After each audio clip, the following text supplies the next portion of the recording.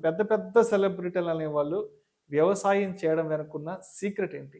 So, ఇక్కడ మనం అర్థం చేసుకోవాల్సింది ఏంటి అనంటే, అసలు వాళ్ళందరూ పొలాలు గంటానికి గల కారణం ఏంటి? నిజంగా హ్మ్. వ్యవసాయమే జేయాలా? హ్మ్. వ్యవసాయం నిజంగా అంత లాభదాయకంగా ఉందా? హ్మ్. అంత లాభదాయకంగా ఉన్న వ్యవసాయం మన భారతదేశంలో ఉంటే రైతులెందుకు ఇంత ఇబ్బంది పడుతున్నారు? రైతులు ఎందుకు ఆత్మహత్యలు చేసుకుంటున్నారు? ఎందుకంత రైతులు సమస్యలు? గిట్టుబాటు ధర లేకుండా రోడ్ల మీద మామిడి పళ్ళు ఎందుకు తీసుకొనొచ్చి పోస్తున్నారు? ఎగ్జాక్ట్‌లీ. సో, హ్మ్. బేసిక్‌గా మనం దాన్నే అర్థం చేసుకోవాల్సిన అవసరం ఉంది. హ్మ్. సో, బేసిక్‌గా వాళ్ళకొచ్చేటువంటి ఇన్‌కమ్‌ని హ్మ్. కొంతవరకు సరే అది లీగల్, ఇల్లీగల్ తర్వాత విషయం. హ్మ్.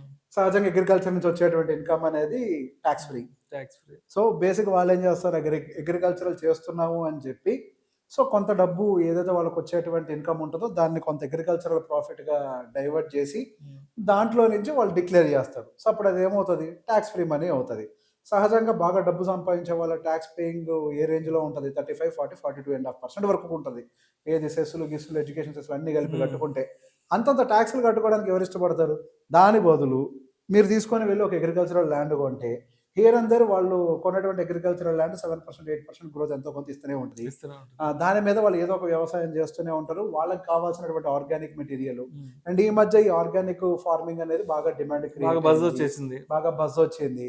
సరే ఆ పేరు మీదనే అవసరమైనటువంటి క్యాష్ ఏదైతే వాళ్ళకి ఎక్స్‌ట్రా బిజినెస్‌లో జనరేట్ అవుతూ ఉంటదో దాన్ని ఇటు రీరూట్ చేసుకొని అగ్రికల్చరల్ ప్రాఫిట్ అనేది డిక్లేర్ చేయడం మొదలుపెడతారు.